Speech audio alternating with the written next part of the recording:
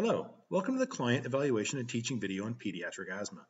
During this presentation, we will be exploring the best way to instruct and educate a family who has recently learned that a family member suffers from this condition.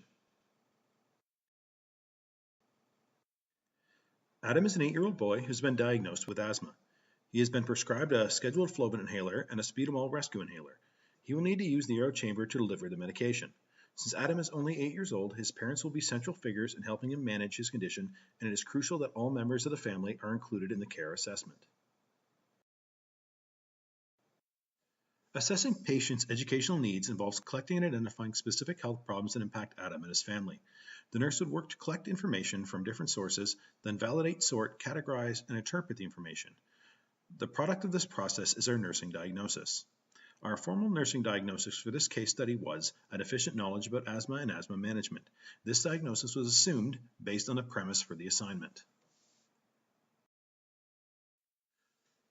Planning and care goals should be tailored to Adam and his family. We picked 4 SMART goals for this case study. The first goal is to improve the client's knowledge of asthma, including understanding what it is, what causes it, and the known triggers. This will be accomplished in one sit-down session with Adam and his family. The second goal is to have Adam and his family be able to verbalize their understanding of the therapeutic management regime, including medication names, doses, when to take them, and how to properly take them, and be able to demonstrate the patient medication administration within one session. The third goal is to improve Adam and his family's understanding of long-term asthma management, including how to use an asthma action plan, having them verbalize what to document, and when they should refer to the action plan within one session. The fourth and final goal is to improve Adam and his family's knowledge of potential complications and how to initiate appropriate preventative or corrective actions. Based on a systematic review, we found that best practice patient education strategies increase knowledge, decrease anxiety, and increase client satisfaction include the use of computer technology, audio and videotapes, written materials, and demonstrations. Additionally, structured, culturally appropriate, and patient-specific teachings were found to be better than ad hoc teachings or generalized teaching. We use this paper to develop our current client teaching interventions. Each planning and care goal will have a specific intervention tailored to meet the family's needs.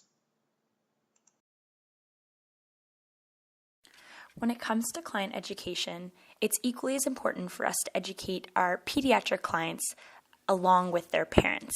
The approaches just have to be different. So when we're talking about respiratory conditions like asthma, it's good to start with something pretty simple like lung anatomy. So for an 8-year-old child, lung anatomy could be as simple as locating the lungs in the chest. We can educate Adam about the lungs by asking him to feel his own chest expanding and getting bigger and then going back to regular size. We can talk about the power of his lungs with him. And we can discuss how he has to breathe in and out no matter what activity he's doing day to day. So like walking the dog, eating, playing with his friends, no matter what, those lungs are always working. With his parents though, depending on their literacy level, you could explore a little bit more about gas exchange and talk about some anatomical names, including trachea, which also could be referred to as the windpipe, and even talk about the bronchus a little bit and how lung structures get smaller and smaller, almost like the branches of a tree. And we can also point to the use of videos and graphics when we're doing this kind of education. So having animated videos of the lungs expanding and retracting can help the family visualize what's happening when you inhale and exhale. After we finish this important lesson on lung anatomy, the nurse should discuss what asthma is with Adam and his family. So to Adam, the nurse could just explain asthma as a health problem that makes it hard to breathe because it makes it harder for air to get into the lungs. But to his parents, it could be explained as a condition where the lungs swell, mucus clogs them up, and it makes it harder for air to get in the lungs. A visual diagram should be used to further demonstrate the difference between asthma and a normal airway. The nurse can then explain the steps of an asthma attack to the parents by showing a normal-sized straw getting compressed inwards and describing how the airways get squeezed by tiny little muscles, which could be demoed by wrapping elastics around the straw, and then their squeezing is called a bronchospasm. Also, you could provide the parents with a narrow straw or like a standard straw and then a bigger slushy-sized straw and demonstrate how it's more challenging to breathe through the small one compared to the large one, which kind of imitates what's happening with asthma. Then you could discuss how asthma can be controlled with medication and by avoiding triggers. The nurse should also have periods throughout the lesson for teach back, where they could open conversation and ask the parents and Adam to briefly describe what's generally occurring in a body that's experiencing asthma. After explaining what's occurring with asthma, the nurse should talk about what causes it. The nurse can explain there aren't really definite causes of asthma, but that it does tend to run in families. So a review of family history should occur. If Adam's siblings, mom or dad, grandparents, aunts or uncles have it, this could partly explain why he is asthmatic.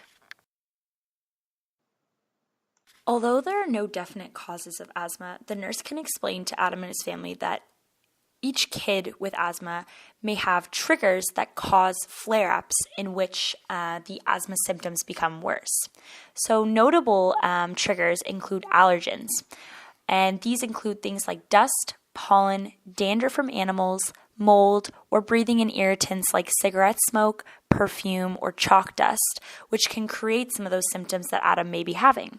Additionally, having a cold or flu, breathing in cold air during the fall or winter, and exercising heavily can also lead to some of those asthma flare-up symptoms.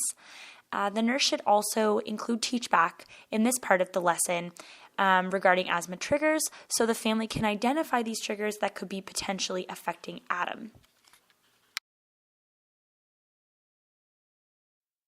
The goal of the second intervention is to have Adam and his family understand how the medications that he has been prescribed work and how to properly use them.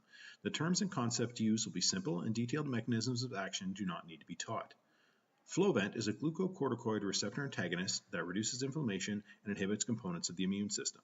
It is used for long-term asthma control and is prescribed in an aerosol inhaler with a pre-selected dosage. Adam's dosage will depend on the severity of his asthma and be adjusted across the pediatric recommended range of 176 micrograms per day to 352 micrograms per day to achieve maximum symptom control. Flovent is taken daily or bidaily and may take up to 2 weeks to reach full effectiveness in symptom control. The key takeaway from Adam and his family from the Flovent inhaler education is that it is the daily long-term management component and it needs to be taken as scheduled to be effective. Salbutamol is a rescue inhaler designed for immediate relief of acute asthma symptoms. Salbutamol is a fast-acting, short-duration beta-2 antagonist that affects the smooth muscle of the bronchial tubes, inducing muscle relaxation, which increases the diameter of the airway. Dosing is 4 to 8 oral inhalations every 20 minutes for 3 doses, then every 1 to 4 hours is needed. The key takeaway for Adam and his family from salbutamol inhaler education is that it is for immediate relief of acute asthma attacks and should be either carried by Adam or available in his immediate vicinity at all times. There are 12 steps to correctly use an asthma inhaler with a spacer. First is assemble the spacer, then remove the inhaler cap, hold the inhaler upright and shake well, insert the inhaler upright into the spacer, put the mouthpiece between the teeth without biting and close lips to form a good seal. Breathe out gently into the spacer. Keep the spacer horizontal and press firmly on the inhaler canister once. Breathe in slowly and deeply. Hold breath for 5 seconds or as long as comfortable. When holding your breath, remove the spacer from your mouth and breathe out gently. Finally, remove the inhaler from the spacer.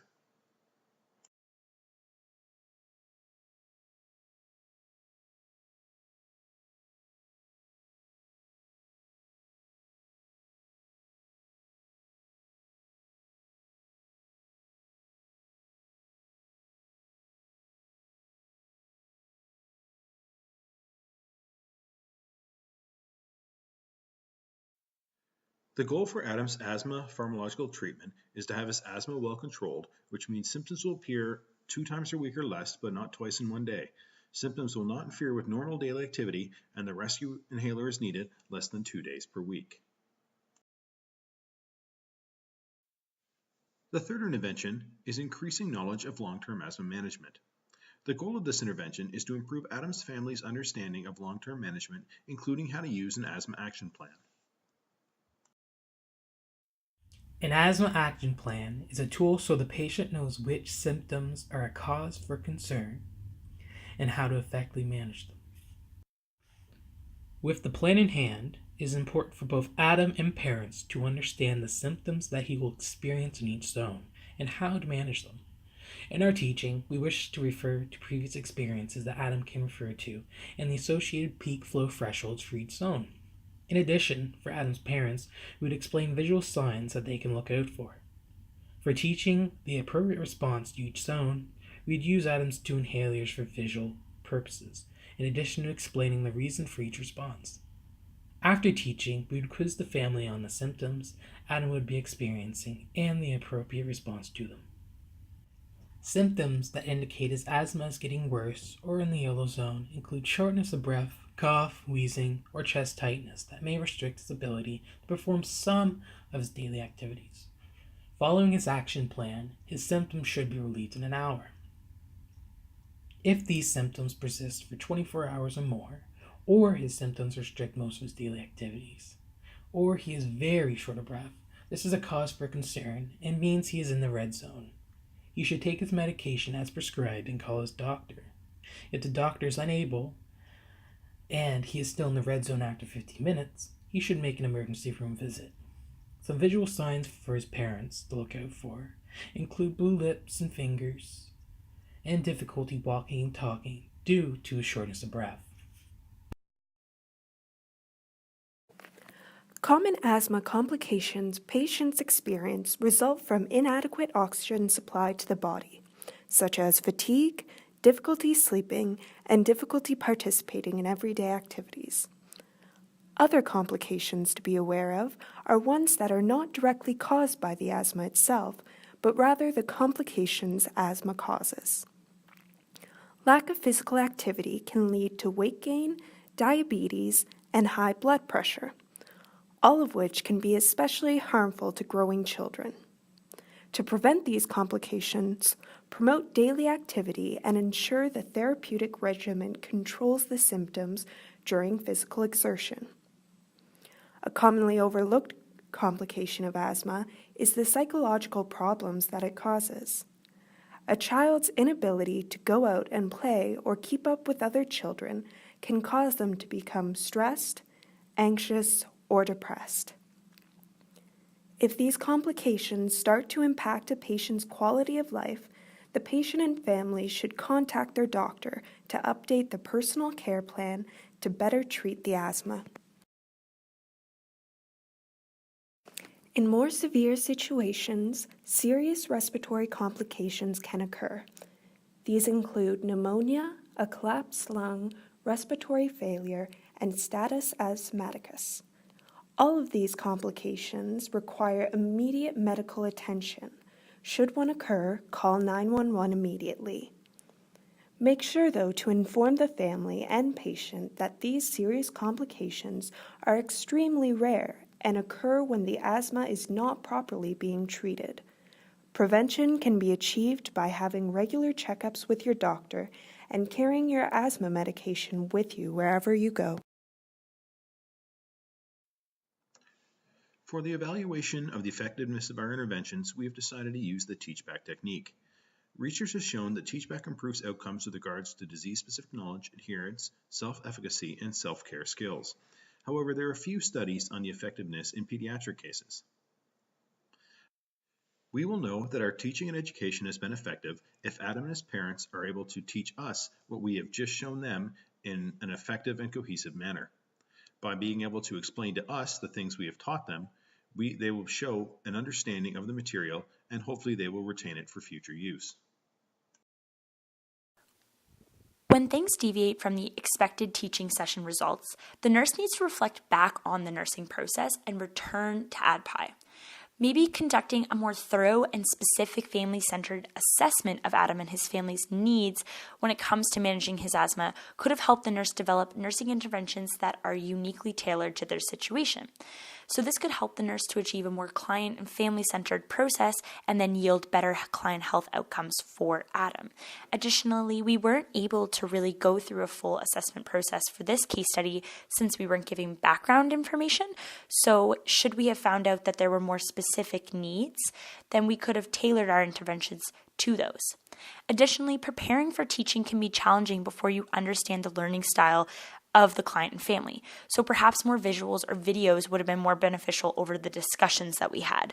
The nurse needs to work on prioritizing the family's learning needs to ensure the teaching interventions are as successful as possible. And as we've learned, the nursing process can be repeated again and again until Adam and his family have achieved goals that are specific to them and help improve the quality of life for them.